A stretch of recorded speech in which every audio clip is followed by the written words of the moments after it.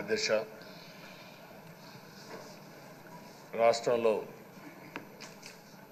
రాష్ట్రంలోనే కాదు తెలుగు రాష్ట్రాల్లో అత్యంత సీనియర్ శాసనసభ్యులు మీరు ఒకరు. బీసీ నేతగా గుర్తింపు ఉన్న మిమ్మల్ని నేడు శాసనసభ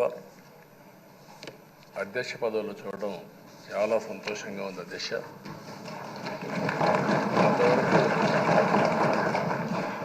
మిమ్మల్ని సభలో ఇక్కడ చూసాం, ఈరోజు అధ్యక్ష స్థానంలో చూస్తున్నాం.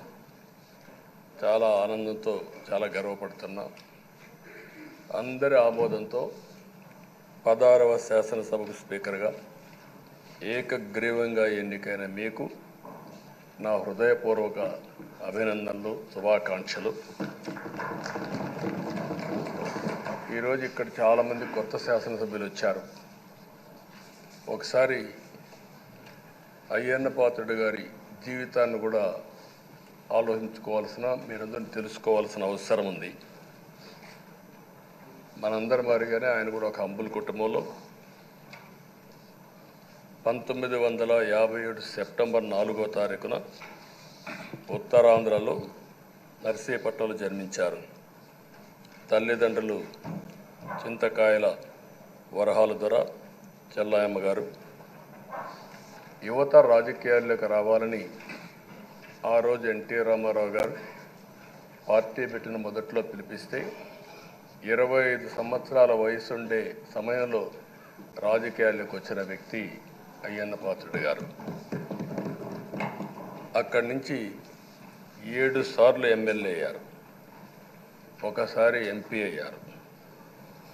ఎమ్మెల్యేగా, ఎంపీగా, మంత్రిగా తెలుగు రాష్ట్రాల్లో తనకంటూ ఒక ప్రత్యేకమైన ముద్ర వేయగలిగారు.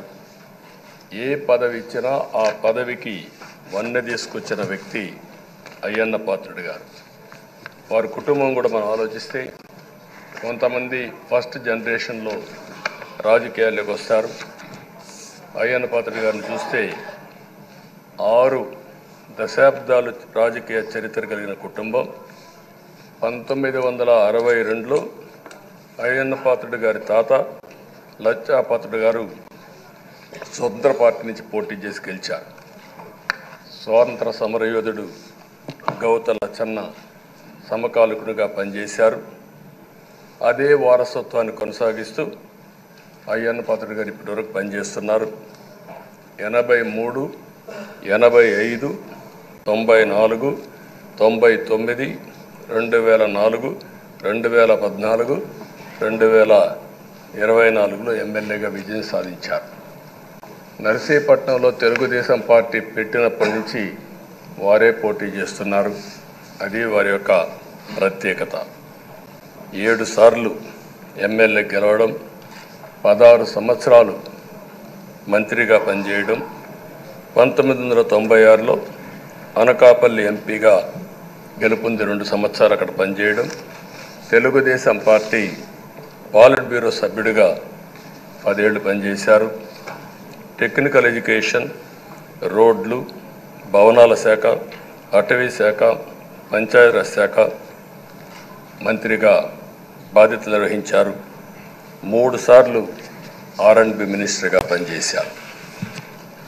అదేవిధంగా మనం ఒకసారి చూస్తే ఎప్పుడూ పోరాట యోధుడు, రాజీ పడని నాయకుడు, ఒక విశిష్టమైనటువంటి లక్షణాలుండే వ్యక్తి. తెలుగు రాష్ట్రాల్లో ఏ మారుమూల ఎవరిని అడిగినా అయ్యన్న పాత్రుడు గారిని గురించి చెప్తారు.